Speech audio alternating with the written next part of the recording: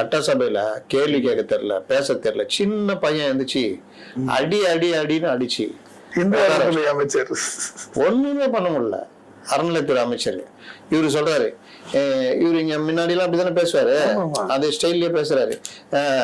நாங்கள் அமைச்சர் நாங்கள் மட்டும் முடிவு செய்யவில்லை, அங்க இருக்கிற அந்த மக்கள் அந்த பிரதிநிதிகள் இவருடைய கருத்தை எல்லாம் கேட்டு அந்த இடம் ஒரு மல்டி பர்பஸாக இருந்தால் அந்த வருவாய் கோயிலுக்கு போகும் என்பதற்காக நாங்கள் இதை கட்டினோம் அப்படின்னு.